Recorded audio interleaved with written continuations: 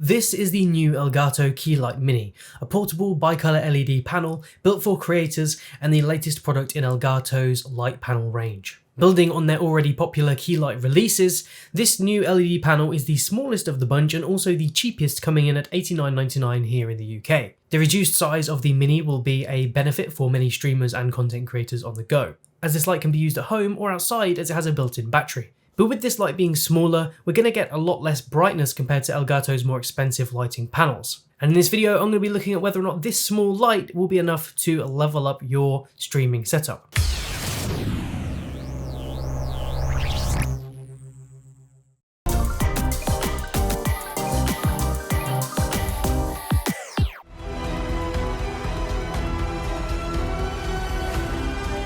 Hi, my name's Jack and welcome to another Kit Guru review.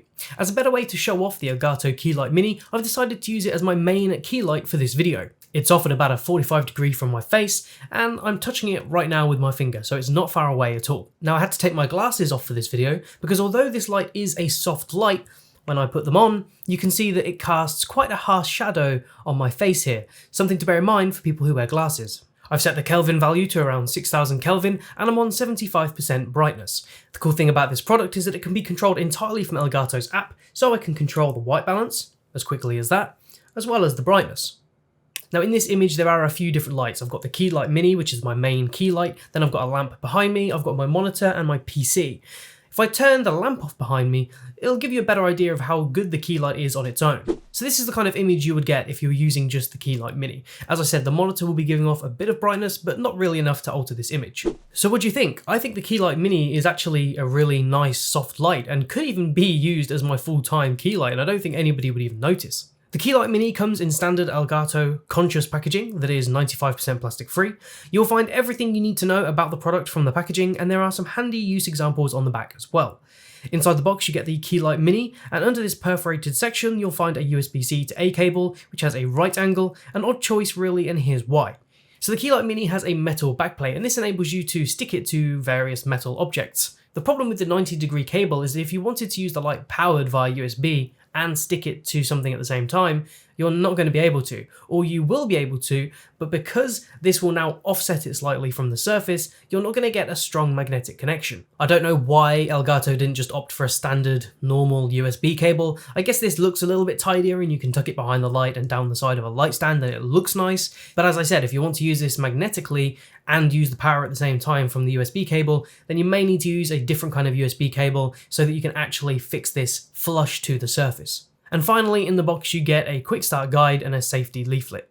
So build quality wise, I'm really impressed by this light. It feels well made, and the metal chassis adds some peace of mind, especially if you plan to use this out and about. The build quality also makes you take the product seriously. It's not some cheap plastic light that feels brittle or like it could fall to bits, like many cheaper alternatives. If you're someone who wants to use this light on top of your camera for video work, then I think the Key Light Mini will really look the part. Now given this is called the Key Light Mini, how big actually is it? Well, this measures up at 14.7cm wide, 10cm tall, and 1.7cm thick, and it'll fit in most pockets.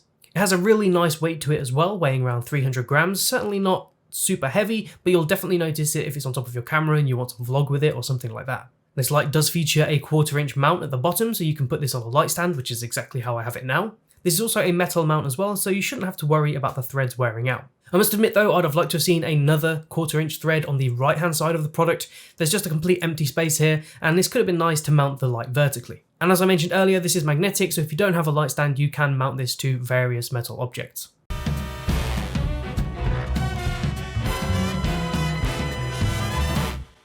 I do really like the design of this product. I think the debossed pattern on the back looks really smart, and the Elgato logo has this nice spot gloss, which is a nice touch. Overall, the really solid design and professional look of this product makes it stand out from its cheaper alternatives. So the light has a number of onboard controls and indicators. On the left side, from top to bottom, you have the reset button, which you need to access with a pin. Next is the jog wheel, which is used to control the brightness as well as the color temperature. On this light, Elgato claims a maximum of 800 lumens output, and you can change the white balance between 2900 Kelvin and 7000 Kelvin. So to switch between the two different modes, all you need to do is press in the jog wheel. The light will flash twice when you go into color temperature mode, and it will flash once when you go into brightness control. And if you press in the jog wheel for 5 seconds, it'll disable the Wi-Fi, and in theory this should improve the battery life. Adjusting the brightness and color temperature is quick and easy, and I really like that the jog wheel has some decent resistance so you won't accidentally change the settings. One thing that does let this product down slightly is that there's no stepless dimming, so if you want to adjust the brightness from say 80% to 70%, it doesn't do it very smoothly, it just sort of block changes. And this will be a problem for videographers, as you can't just put this on top of your camera and very slightly change the brightness if you need to for exposure.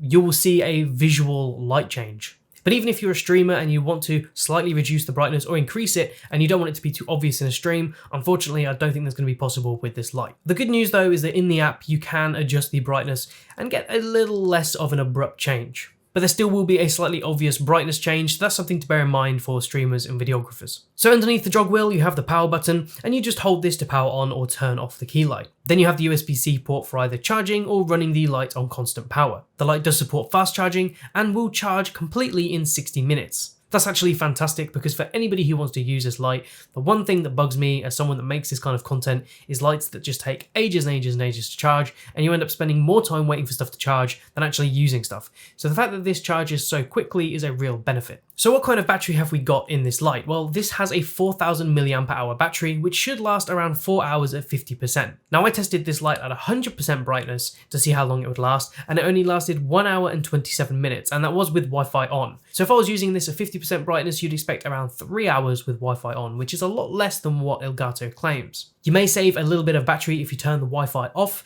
but if you're like me and you want to use the app, then you'll have to have the Wi-Fi on. If you're a streamer and you plan to use this for hours on end, I would recommend just using the provided USB cable and powering it constantly. One cool feature about this light is that when you are in USB power mode, you can actually choose to bypass the battery altogether. So inside the app, you can put this in studio mode. This will essentially give you unlimited power, so you can use this light for as long as you like, as well as preserving the battery life itself. Finally, at the back, we have 2 indicators. One for the Wi-Fi, so this light will flash blue when Wi-Fi is in pairing mode, and it'll turn off if the Wi-Fi is off and be solid blue if the Wi-Fi is connected. Then underneath we have the battery status LEDs. This shows you how much battery life you have left, starting from 20% and going up to a full 100%. One thing I wish this panel had, which a lot of cheaper LED panels do have, is an LCD display. This way you can see the color temperature on as well as the brightness. On this light, unless you're using the app, you won't know those details. You'll just be scrolling through random values. For example, if I wanted to use this light at say 5600 Kelvin and I was out and about with it, there's no way I would know how to set it to 5600 Kelvin unless I had the app. Now I get that this product is designed primarily for streamers, and you'll be using the app on your PC or your phone to customize the values so you can see them. However, if you're someone who wants to use this on top of a camera, then this may not be ideal because you won't know the exact Kelvin values or brightness levels that you have the light set to. So the Key Light Mini features an edge-lit LED frame using OSRAM LEDs. These lights are positioned around the edge of the light so they aren't beaming directly at your face, and this helps to keep the light more diffused as well as protect your eyes from the light. But I'm using this right now and it's around 30 centimeters away from my face, and I must say, although I'm not having to squint, I can definitely tell that the light is there. So in order to keep the light soft, this light does feature a number of diffusion layers, including opal glass and a translucent grid panel. This definitely does help to improve the diffusion, and hopefully you can tell from this video that the light gives off a nice soft look. The Key Light Mini is also flicker free, and this is essential for any kind of content creator. Flickering LEDs are just the worst thing when it comes to making quality content and can really ruin the look of your image. If we look at color rendition, the light has a rating of greater than 94 CRI. CRI is the color rating index. Anything above 90 is considered to be great. This means that you can safely use this light for casual and professional use and not worry that the colors are going to be badly reproduced. Coming in at 800 lumens, this certainly isn't the brightest light out there, but it should be enough for most people, and as you can see from this video right now, it's lighting me perfectly fine. Right now I'm using the Sony a7 III with an f2 lens, so it's letting in a lot of light, and I think this looks great. I think even if you were planning to use a webcam with this, you would still get some great results. So this being 800 lumens, it's actually quite hard to measure if that's accurate, because lumens is essentially 1 lux per square meter, and measuring this perfectly, scientifically, is not an easy task. You also need to bear in mind that when you use a bicolor LED like this, the brightest point on the light is somewhere in the middle of the Kelvin values. So when you're at 7000 Kelvin, which is the coldest value, it's going to be using all of the white beads. When you're at 2900, which is the warmest value on this light, you're going to be using all of the yellow beads. What this means is that on either end of the spectrum, it's not going to be as bright as if you were using a median value, which combines both of those beats. So I measured the lux of this light at around 0.5 meters, because most people are going to be around half a meter from their desk. Most people aren't going to be sat a meter away from their desk if they were planning to use this light. So if we put this light to 2900 Kelvin, which is the warmest value, you only get around 400 lux, which means at a full 1 meter, you would only get 200 lux from this. Now that's not to say that the lumens that Elgato is giving you is wrong, because I'm not measuring the lumens to lux per square meter. I'm just measuring the lux on an object. And if you change this to 7000 Kelvin, which is the colder value, then we get around 500 lux at 0.5 meters. And if we go into the middle, which is 4950 Kelvin, we get around 800 lux. So what can we take from this? Well, this light is certainly going to be bright enough for most situations, and as you can see from this video right now, it's lighting me perfectly. If you plan to use this light on the extreme ends of the Kelvin values, you may be disappointed with the light output. But if you stick to somewhere in the middle of the Kelvin values, you will get plenty of light from this. This light isn't just good for talking head videos, you can use it for product photography, B-roll, whatever you want really. This light will give you a nice, pleasing, soft light. So before I conclude this video, let's take a look at the Elgato app. The Key Light Mini is compatible with iOS, Android, PC and Mac, and you can either download the app from the App Store or the Play Store, or from your computer. Connecting the Key Light Mini is fairly straightforward. Enter your Wi-Fi credentials and the Elgato will simply connect. What's really great about this light is that once it's on the Wi-Fi network, you can use it from any device that has Control Center installed. So say you have Control Center installed on your PC, laptop and phone, you can control the Key Light Mini from any of those. I think this is going to be brilliant for streamers who want to stream on their PC but want to control the light from their phone, and if you want, you can even use this on Stream Deck. So let's take a look at the app controls. From the app, you can control brightness and color temperature with these simple sliders. This is extremely easy to use. The top slider controls the white balance, and when you use the slider, the actual Kelvin value comes up, which is useful. As I mentioned earlier, we don't see this on the light itself. The slider underneath controls brightness, and again, we get a little tooltip with the exact percentage. There's also a power button on the left, and press this to quickly power on or power off the light. If you press the little eye icon, you have a handful of options like being able to rename the light. You have your battery options, and from here you can activate studio mode that bypasses the battery, as well as enable energy saving mode. When you activate energy saving mode, you can set the percentage of battery needed to disable Wi-Fi and have a specific brightness as well. Now from the settings, you can also see the current power source, battery level and voltage. There's also a handy feature called Identify Accessory, and this is if you have multiple key lights linked to this software.